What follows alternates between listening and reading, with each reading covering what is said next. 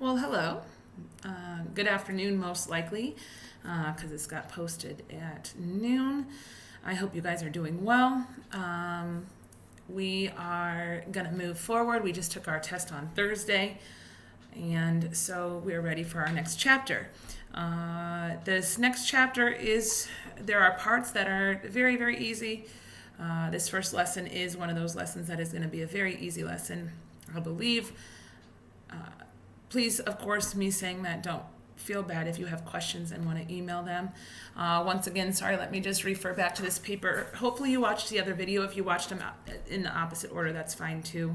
Maybe you were just more worried about the pre-calc one. I kind of want my day to sort of be normal, like first, second, third. I don't know how you guys are trying to figure this out and do this. But I kind of have preset, I know it's a little bit off base from when we are, my schedule of the day to kind of set things aside and kind of move through so I know what's going on. So I have that pre-calc, your class, I'm kind of dedicating the half an hour between 12:30 and 1 that you guys kind of get top priority, whether it's for today's questions, tomorrow's question. Tomorrow you're asking the questions on today's homework, so on and so forth. But I also have that my time from 11 to noon is free for anybody. My time between 1 and 1:30, that's my normal free period right after your class. And then 2 to 3:30 is open for anybody. I know there's a lot of stuff going on. You're trying to do a lot of stuff for other classes and trying to figure all this out. Guys, I am too. I have never in all my years of teaching had something like this happen where we can't see each other, aren't allowed to see each other. And so I am going to be playing this day by day. If you have any questions or anything, please reach out sooner rather than later, letting myself or any other teacher know what's going on. So anyway, a few things. Even though you can watch these videos and rewatch them, you're probably going to want your own notebook to write down notes. And so I hope you took your notebook home. I know Mr. P said that last Thursday when he was excusing us from school. But every day when I do these videos, I'm going to ask some questions. And I'm going to say, hey guys, please either do an email, attach it to a Google Doc, something like that. Today's is going to be an email. So right now, open up an email, address it to RebeccaJabs@LutheranEast.org, and date as a subject, please put March 17th.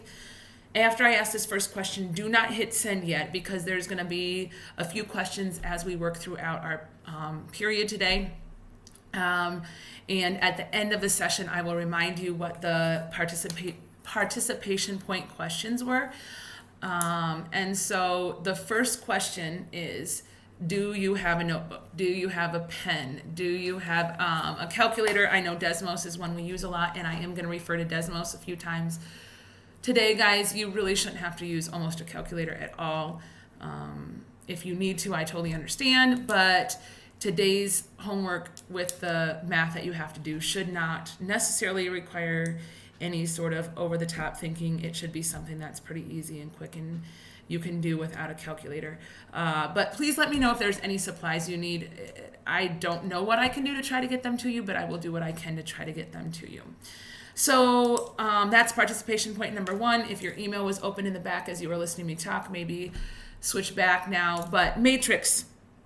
That is what our next chapter is. It is matrix. It is spelled just like what it sounds, matrix. So guys, tonight I'm at home, but some days I'll be at school. I have a whiteboard in the background, but right now, since there's just a few notes, matrix is straight up how it sounds. That's what this chapter is going to be on. So today we're going to learn the basics of a matrix. So the definition of a matrix is the arrangement of information into both rows and columns. So I don't know how many of you work with Google Sheets, but if you've ever worked with Google Sheets, that is a straight up matrix. It's got its rows, it's got its columns, everything has its reasons for whatever way you set it up, that's what it's for.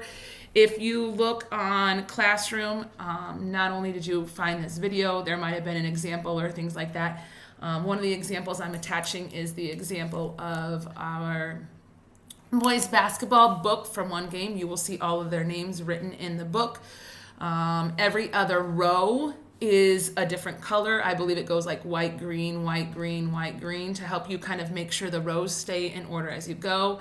And then you'll see like there's the name column, what their number is, and the columns change sizes, but that is an arrangement of real life information into rows and columns that we have. I just made up an example right here that looks a little bit more to like segue over to what we're gonna do. Let's say that Miss Jabs likes making cookies, which she does. She has not had time to make any in our few days off yet because when she goes to the store, she can't always find eggs. So not that you need to put this in your email, but if you know of any place that has eggs most days when you go there, please let me know because I need to get some eggs. But let's say she decided to make some cookies and she decided to keep track of how many she sold each day. So if you notice our rows, it's kind of weird. Rows go across this way lots of times in our minds. We kind of do rows and columns maybe backwards. But I have the days of the school week right there. And then I have the different flavors of cookies I'm deciding to sell. And so it looks like on Monday, I sold 23 chocolate chip cookies. Okay, this is just an example I made up. Who knows if it would be true or not. Hopefully we can find out before the end of the school year because I can see you guys again someday again. And so using this, would you please quickly try to figure out how many chocolate mint cookies I sold on Thursday? All right, so if you look chocolate mint, Thursday, it looks like I sold 12 chocolate mint cookies on Thursday. So, I mean, it's an arrangement of information and it's a way to set it up. And usually it's kind of spaced out like this more when we're doing it for math class. So that's why I did that. And so a few things that you will want to know about a matrix. We arrange a matrix, I've already said this a few times, into rows and columns. Rows go left to right. Just think of a building. Columns are what go up and down. So rows are left and right, columns are up and down.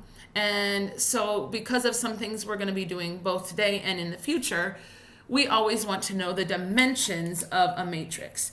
And so to know the dimensions, lots of times we write DIM, just like you do for other things. We use capital letters to represent a matrix. So I could have, in a minute, I'm going to show you a paper of matrices that we're going to, matrices is matrix plural, that we're going to be using for a few examples here. And there's A, B, C, and D, all capital letters.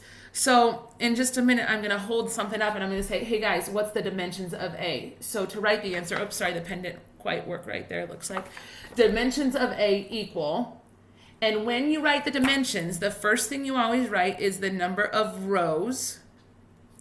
And then you kind of like when you're finding the area, you write a little X there, kind of by, that's what mathematically we read there. And then, so you write the number of rows first, you write the number of columns second. So the dimensions are straight up like what I said a matrix is, an arrangement into rows and columns. So seems pretty easy so far, I believe, but I've given you a few real life examples. The stats book from the boys basketball team, my cookie list.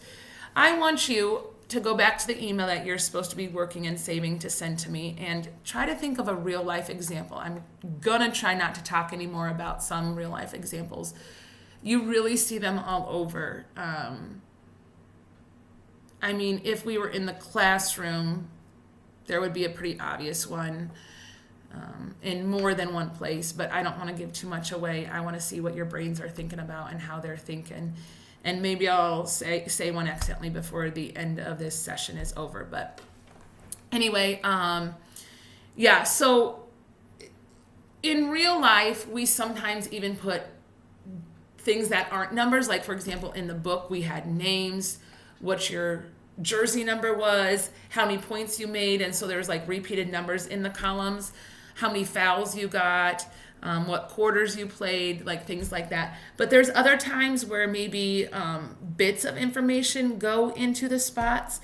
Our bits are always numbers, but the numbers that we can have can be any sort of number. We could use fractions if we really wanted to, decimals, I probably won't in a lot of the examples that we do. Sometimes our answers will get that way, but we usually use whole numbers. They could be positive, they could be negative. So just know that we could do that. So we're going to do a few things today.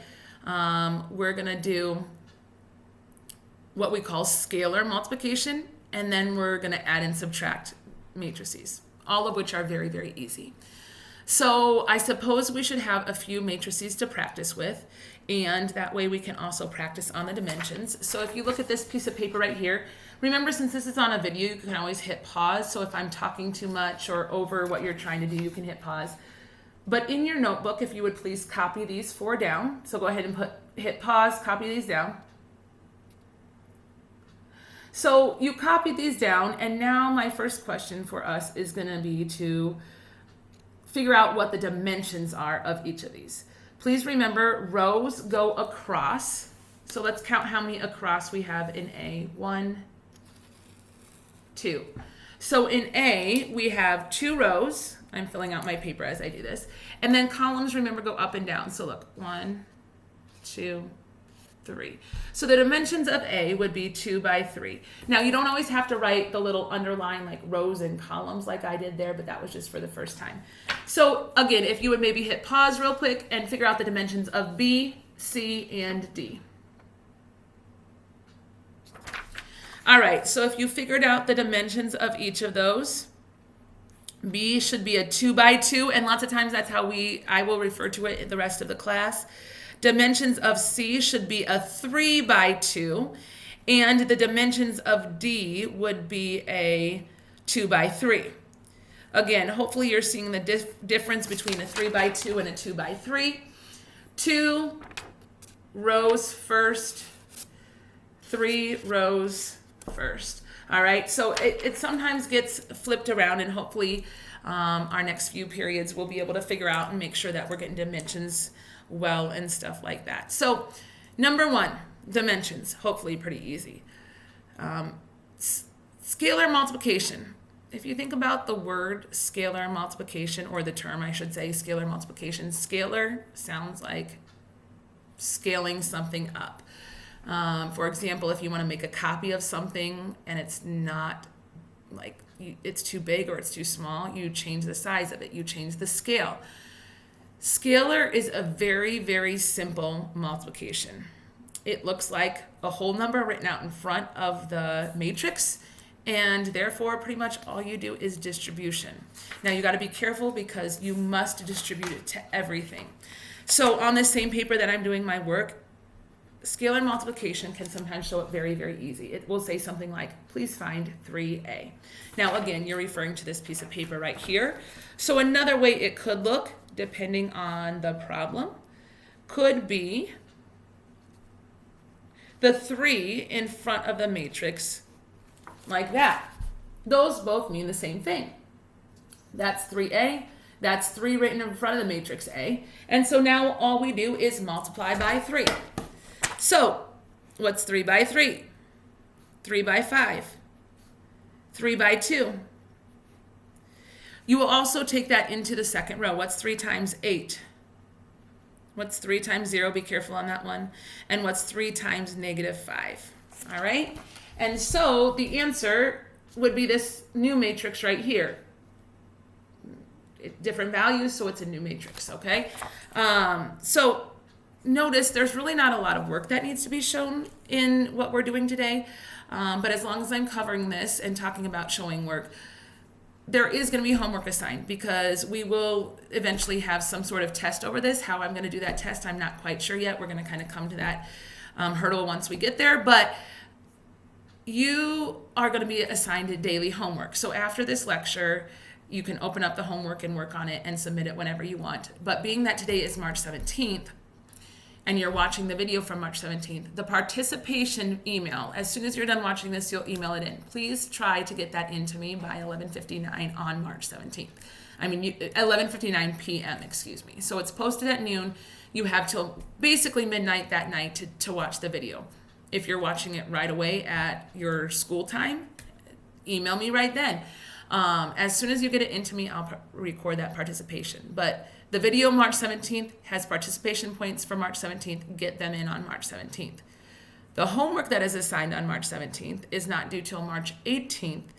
And even though sometimes with the way things are going to get posted, I know you guys are all busy. I know you have things going on. Hopefully you're staying safe and staying inside. But the homework is not due until March 18th at 11:59 p.m. That's how it will always be. So tomorrow, when you're watching the video that says March 18th, you'll have participation points that are due on March 18th, and the homework for March 18th will be due March 19th. Both of the times will be 11:59 p.m. When you are doing homework, you must do it on paper, take a picture of it using your phone, whatever else, and email it to me. Attach it on Google Classroom to a Google Doc. Hopefully you know how to upload a video, hopefully you know how to upload an image onto a Google Doc. You can upload an image right onto Google Classroom from your device or whatever. So please take an actual picture of your homework. Please do the work by yourself. None of the work for the first few days is going to be that hard. And so please also be in contact with me if you're having trouble doing that. So scalar multiplication seems pretty easy. Again, a couple of these are, I gave you some examples. So if you would please work on finding 3D. I don't know why I picked 3 again, I guess.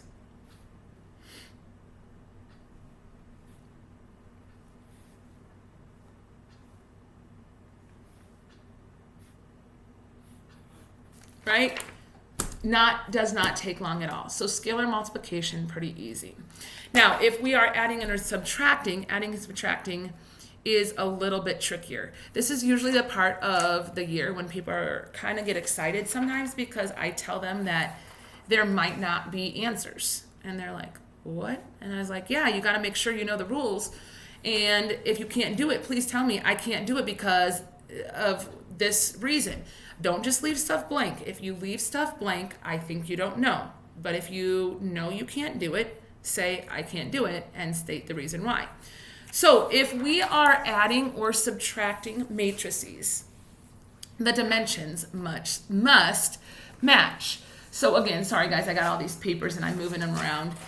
If we go back to this paper right here, depending on what day I'm talking to you and what day I'm lecturing you, there are certain things we can do with all of these matrices. But today, there are only 2 matrices we can add and or subtract. And the reason for that is, in order to add or subtract matrices, the dimensions must match. The only dimensions that match today are D and B. Now, excuse me, D and A. I'm looking upside down and kind of backwards here. I apologize. The dimensions of A are 2 by 3. The dimensions of D are 2 by 3. And therefore, I can add D and B. Excuse me, A. D and A. Since I've been saying it that way as well, I'm even going to write it that way, but we're going to notice something in a second here. We may add D plus A. So again, to be easy, and of course, tonight on the homework, I would like you to do this, please. So I can see your writing and I can see that you're doing the work. Please always write the originals down, unless you can't do it, and I'll talk about that in just a minute. Now, in each matrix, we read across the rows first, and then through the column. So we would read this first D as 2, 8, 4, 3, 1, 5. There's 6 different numbers there, and I read them in order. If we read the numbers in A, I would read 3, 5, 2, 8, 0, -5. Now, if we were in class together, I would say, girls, please look at this matrix. Please look at the very first number that is in this matrix. Boys, please look at this matrix. Read the first number that is in this matrix. On the count of 3, say your number. 1, 2, 3. I would hear a combination of 2 and 3. So since there is a plus sign in between these, I'm going to add 2 and 3. What is 2 plus 3? Thank you, 5. What is 8 plus 5? Good. 13. What is 4 plus 2? Yep, keep them coming. What is 3 plus 8? Thank you. What is 1 plus 0? And the last one can be tricky. What is 5 plus negative 5? Yep. Be careful with those negatives. If you're adding, negatives obviously cancel. 5 plus negative 5 is like subtracting. Just be careful because we could possibly subtract these. Now, I think you should know this, but because we need to be careful, what would have happened if I actually would have said A plus D?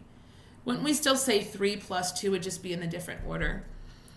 The order that you add matrices in, just like the order of numbers, doesn't really matter. You can add in any order you want.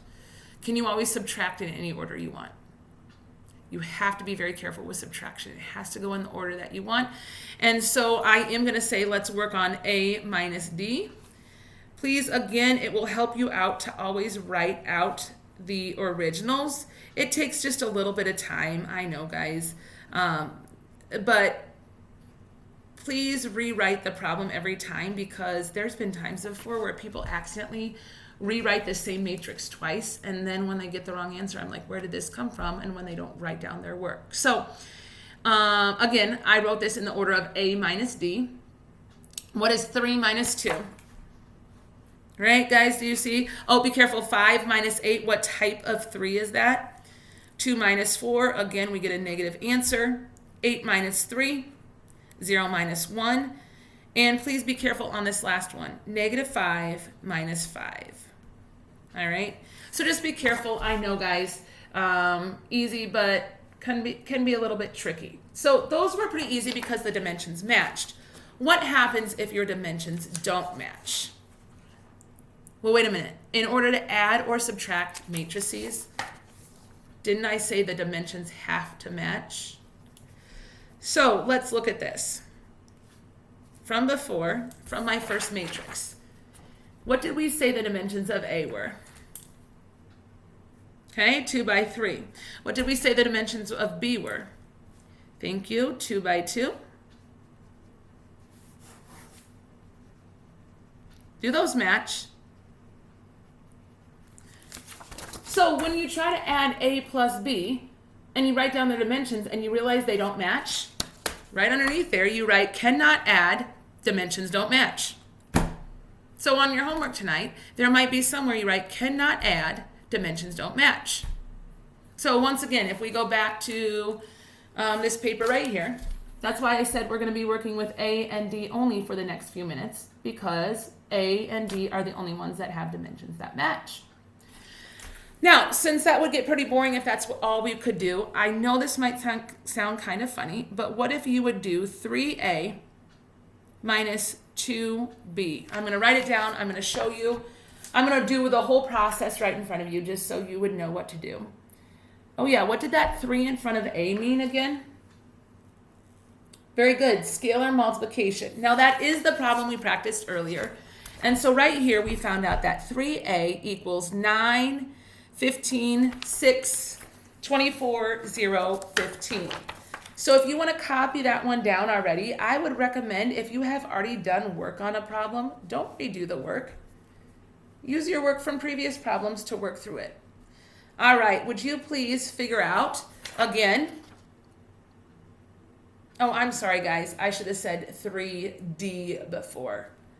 I don't know why I keep on saying B. 2D. Now I'm even misspeaking the 3. So it should be 3A minus 2D. 3A minus 2D. Because we can't even add or subtract A and B. So I greatly apologize for that, guys.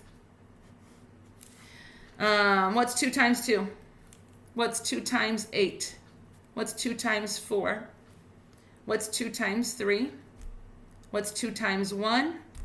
What's 2 times 5? So now that I have my 2 new matrices, I would look at this and say, what is 9 minus 4? What is 15 minus 16? What is 6 minus 8? What is 24 minus 6? What is 0 minus 2? And what is negative 15 minus 10? All right, the one thing I didn't think to mention until I was just doing this, to show that this matrix goes together, we put this just straight up and down bracket around it. And so you've seen me putting those brackets on everything. But ladies and gentlemen, that is pretty much the lesson for today. Now, the last thing I need you to do for participation points. So number one, you had to tell me if you have your supplies or if there's anything you need. Number two, you were supposed to come up with a real life situation that is a matrix. Again, the few examples I did give already were the basketball book and my cookie cell list. The third thing I would like you to do is figure out a matrix for me to use in tomorrow's lecture. And so, like, since my name is Rebecca, maybe I want to say matrix R. You can give it a letter. If people give me repeat letters, I'll just kind of figure out things. But let's say I want to write down that today is March, so that would be like 03, 17th, 17 of 2020, 20.